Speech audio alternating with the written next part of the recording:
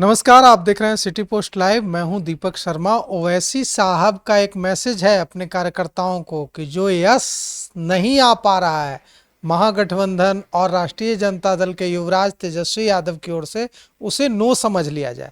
मतलब यह मान लिया जाए कि महागठबंधन में एंट्री नहीं होने जा रही है AIMIM की। तो अब हैदराबाद के सांसद असदुद्दीन ओवैसी ने अपनी नई भूमिका तलाशने की कोशिश शुरू कर दी है कि बिहार में कैसे वे एक अलग गठबंधन बना सकते हैं। इस बारे में जानकारी देने के लिए हमारे साथ हैं वरिष्ठ पत्रकार श्रीकांत प्रत्युष। देखिए, एमआईएम ने पहल की थी कि महागठबंधन में उसे जगह मिले। दरअसल आरोप तो यही लगाते रहे हैं महागठबंधन के नेता कि वो बीजेपी की बी टीम है, बीजेपी को फायदा पहुंचाने के लिए चुनाव लड़ते हैं। लेकिन ये तो सच है कि पिछले विधानसभा चुनाव में उन्होंने बीजेपी की मदद के लिए नहीं, अपनी पार्टी को जिताने के लिए चुनाव लड़ा। 5 सीटों पर उनकी जीत भी हुई, भले 4 विधायक तेजस्वी यादव ने तोड़ लिए। तो वो गिला शिकवा भुला के अगर खुद ऑफर दे रहे थे कि महागठबंधन में मुझे साथ ले लीजिए और जो आपका आरोप है वो खत्म हो जाए, कम से कम कि हम बीजेपी के बी टीम है। और मुसलमान वोटों का डिवीजन भी नहीं होगा। बिल्कुल। लेकिन तेजस्वी यादव ने हाँ नहीं कहा और एक ट्वीट करके सर्वे भी कर लिया, पब्लिक ओपिनियन भी मांग लिया कि वैसी जाना चाहिए कि नहीं जाना चाहिए। हाँ वैसी कुछ लेना चाहिए कि नहीं लेना चाहिए। तो क्या राय आई लोगों की, अब तो तेजस्वी ने खुलासा किया नहीं है, लेकिन राय तो अनुकूल नहीं आई होगी, तभी उन्होंने यस नहीं कहा और नो भी नहीं कहा। लेकिन वैसी इतने नादान तो है नहीं, यस नहीं है तो नो है, समझ गए। और उन्होंने कहा कि एक तरफा प्यार नहीं हो सकता है, केवल हम प्यार करें, हम चाहें कि महागठबंधन जीते चुनाव और महागठबंधन को मेरी फिक्र ही नहीं है, तो एक तरफा प्यार नहीं चलेगा। हम चुनाव लड़ेंगे, मजबूती के साथ लड़ेंगे।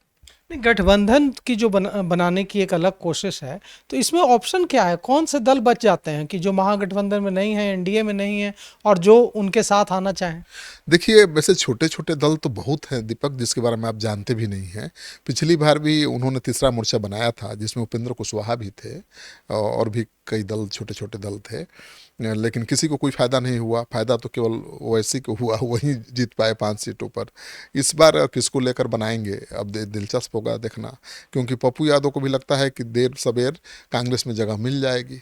तो कांग्रेस का मुंह छोड़ के वो तीसरा मोर्चा तो बनाएंगे नहीं। पार्टी भी अपनी बची नहीं है, वो पार्टी का विलय कर चुके हैं कांग्रेस में। भले औपचारिक रूप से कांग्रेस पार्टी में उनकी एंट्री नहीं हुई है, जब तक वो पटना के सदाकत आश्रम में आकर पर्ची नहीं बनेंगे तब तक उनकी एंट्री होगी नहीं।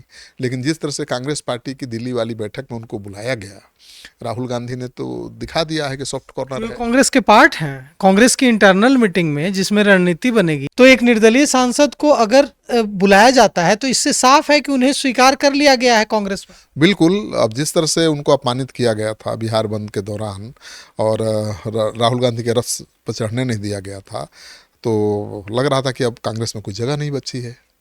लेकिन राहुल गांधी ने नाराज़गी जताई थी। हमने बताया था कि सूत्रों के हवाले से खबर दी थी कि राहुल गांधी नाराज थे उस प्रकरण से, और कृष्णा अलवारी से पूछा भी था कैसे कैसे हो गया।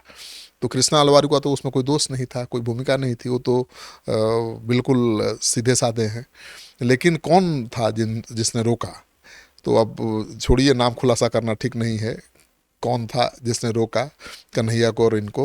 लेकिन पप्पू यादव को एंट्री तो मिली बैठक में ना, दिल्ली की बैठक में। ये बड़ा संदेश तो राहुल ने दे ही दिया कि जो भी रोका कोई बात नहीं, अब तुम कांग्रेस में हो।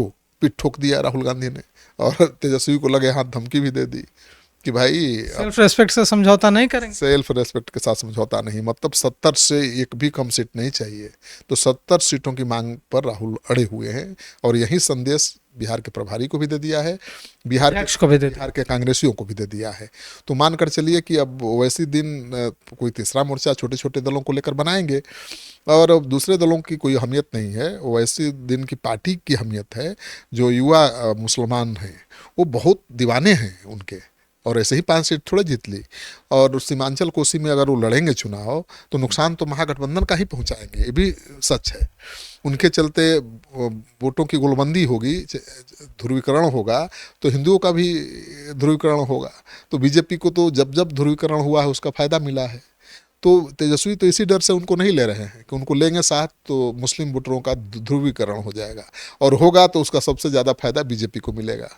देखिए, जहाँ ज़्यादा मुसलमान हैं वहाँ उनको रोकने के लिए हिंदू गोलबंद हो जाते हैं। तभी तो बीजेपी या जेडीयू के लोग पर वहाँ यही खतरा भी था कि अगर महागठबंधन में उनकी एंट्री होती है तो पोलराइजेशन होगा पूरे बिहार में और उसका फायदा एनडीए को मिल जाएगा। बिल्कुल पोलराइजेशन होगा। तो जब भी हुआ है उसका फायदा एनडीए को ही मिला है, तेजस्वी यादव समझ रहे हैं, और इसीलिए उन्होंने न हाँ कहा न ना कहा, चुप्पी साध ली और वैसे समझ गए कि नहीं भी नहीं कहा, हाँ, नहीं कहना ही ना है। ना है। तो अब वो कह रहे हैं कि हम तो लड़ेंगे, 50 सीटों पर लड़ने का ऐलान कर चुके हैं। केवल कोसी सीमांचल में ही नहीं, बिहार में हर विधानसभा में अल्पसंख्यकों की अच्छी खासी आबादी है।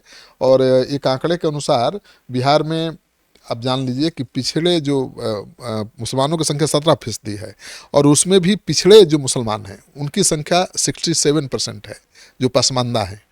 और लालू यादव और तेजस्वी यादव कोशिश ये है कि पसमानदा को किसी तरह से बांध कर रखा जाए, क्योंकि पसमानदा निर्णायक भूमिका में है। लालू यादव की पार्टी में अभी तक जो नेता हैं मुसलमानों के, वो अगड़े समाज से आते हैं, अगड़ी जाति से आते हैं, अति पिछड़ा कोई बड़ा चेहरा है भी नहीं। तो इस बार कोशिश है लालू की कि पसमानदा को किसी तरह से अपनी तरफ खींचा जाए, उसको बांध के रखा जाए पहले की तरह, क्योंकि उनको तो हिस्सेदारी कभी मिली नहीं। वोट तो सब ले लिया उनका, लेकिन कभी उनके जाति के लोगों को न उम्मीदवार बनाया गया और न उनको सत्ता में भागीदारी दी गई। तो नाराज हैं। अब तो पूरे दफ्तर में घूम रहे हैं। आप सोचिए कि पसमानदा समाज का ही जो मोर्चा है वो हर दफ्तर में जा रहा है, बीजेपी के दफ्तर में भी जाके अपना सेमिनार कर रहा है, और जेडीयू के दफ्तर में भी घूम रहा है, और कांग्रेस के दफ्तर में भी घूम रहा है, और आरजेडी के दफ्तर में भी जाकर हाजिरी लगा रहा है। वो कह रहा है कि भाई अब हम किसी को ऐसे वोट नहीं देंगे। आप मोदी का डर दिखा के हमारा वोट अब नहीं ले सकते। मोदी से हमको कोई डर नहीं है, वक्फ बोर्ड कानून से हमको कोई नुकसान नहीं है, बल्कि फायदा है। क्या मिलता था हमको? तो वो कह रहे हैं कि हमको जो टिकट देगा उसी का साथ रहेंगे। तो अगर ये बात पसमानदा समाज समझ गया है तब तो मुश्किल है उसको रोकना लालू जी के लिए। और अब तो वहीं जाएगा जहां उसके उम्मीदवार खड़े होंगे। और बीजेपी भी कोशिश कर रही है कि पसमानदा आए। नीतीश कुमार तो शुरू से ही पसमानदा को अपने साथ रखने की कोशिश करते रहे हैं और साथ मिलता भी रहा है। लेकिन जो सोच रहे हैं तेजस्वी यादव, लालू यादव, कि भाई वक्फ बोर्ड के चलते मुस्लिम डर से गोलबंद रहेंगे बीजेपी के खिलाफ, ये भूल है। पसमानदा की संख्या 67% है, और वो कह रहा है कि नहीं हमको मोदी वोदी से डर और नहीं लगता है, वक्फ बोर्ड में संशोधन हुआ उससे हमको कोई नुकसान नहीं है, हम तो मोदी भी टिकट देंगे तो हम लड़ेंगे और उनको वोट देंगे। तो चुनौती बढ़ जाएगी ओवैसी के नहीं रहने से, भी सच है। तो अब देखिए कितनी सीटों पर लड़ते हैं और कितनी सीटों पर हार का कारण बनते हैं महागठबंधन के लिए, ये देखने वाली बात होगी। तो कितनी सीटों पर ओवैसी लड़ते हैं? एआईएमआईएम अपने प्रत्याशी उतारने की तैयारी में लगभग 100 से ज़्यादा सीटों पर है और गठबंधन करने की कोशिश में है कि जो छोटी पार्टियां अपने को सहज नहीं पा रही हैं, एनडीए वर्सेस महागठबंधन की लड़ाई है और जिसे त्रिकोणीय बना रहे हैं प्रशांत किशोर। इस लड़ाई में जिन्हें खोने का डर है उन्हें अपने साथ जोड़ने की कोशिश, उन छोटी पार्टियों को अपने साथ जोड़ने की कोशिश कर सकते हैं असदुद्दीन ओवैसी। तो आपको क्या लगता है कितना इम्पैक्ट होगा इस बार? ओवैसी इम्पैक्ट कितना होगा बिहार में? आप भी अपनी राय कमेंट कर जरूर दीजिएगा। तो फिलहाल इस पेशकश में इतना ही। आगे की खबरों के लिए देखते रहिए सिटी पोस्ट लाइव। शुक्रिया।